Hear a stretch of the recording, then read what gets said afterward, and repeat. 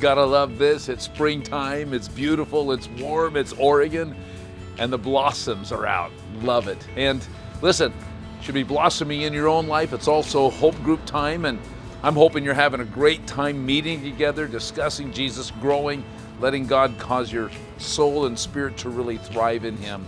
Just a moment. We talked this last Sunday out of Ephesians. Talked about how chapter 3, Paul started writing that chapter. And then all of a sudden, mid-sentence, right in the first sentence, he stops. And then he puts a whole bunch of material in there before he prays the prayer that he ultimately wanted to pray. And why did he do that? Because he was concerned.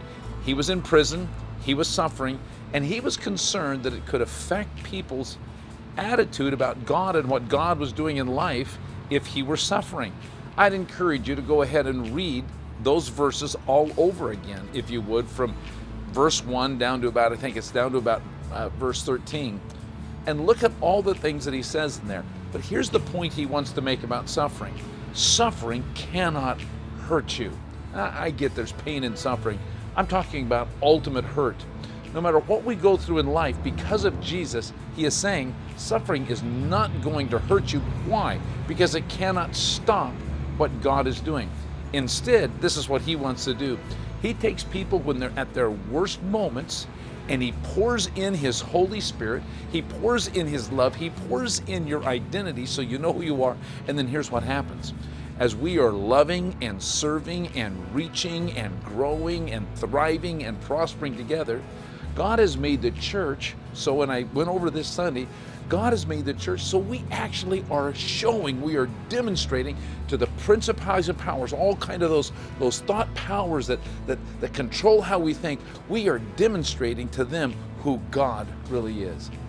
I'd like you to have this discussion this week. It's a very, very simple discussion. I'd like you to talk about some of the weaknesses, some of the pain, some of the suffering, some of the hurts you're going through, and how God could be using those things to strengthen love, to strengthen unity, to strengthen you, so that actually begins to change some mindsets that we can get in our heads about who we are. See, I think when we suffer, it should overturn negative thoughts we think about who we really are.